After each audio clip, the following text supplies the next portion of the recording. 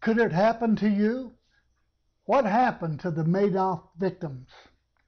How did it happen that Bernard Madoff, the biggest Ponzi scheme in history, could steal billions with a B from smart, rich people, charities, and big, well-known institutions, and to get by with the theft for years?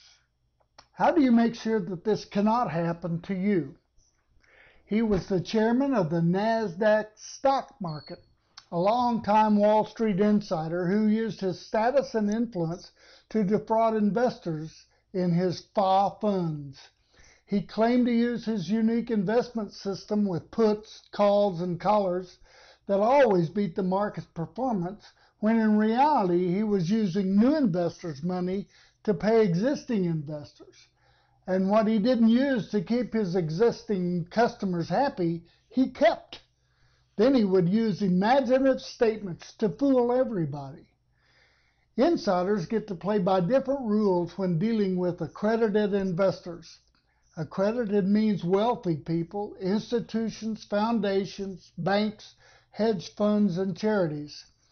The law considers these type of investors to be sophisticated, who are capable of making investment decisions without disclosures, those kind of disclosures that are required for the little guy like the rest of us.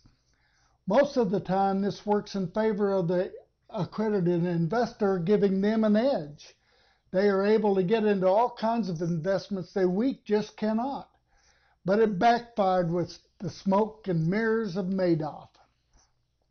Hedge funds are private investments, pools of money for only accredited investors. No requirements to follow strategies and no investment type restrictions. Managers don't have to answer to anybody, just like old Wild West, with hardly any disclosure requirements, as are present with mutual funds, unit trusts, and variable annuities. Well, it all exploded in December 2008 when Madoff went to jail and his so-called investors can't find their money. What can we do? Number one, use only investment vehicles that have regulations and security laws in place for protection. Number two, if the investment opportunity seems too good to be true, well, you already know what that means. Number three, don't be fooled by someone selling easy returns or pie in the sky.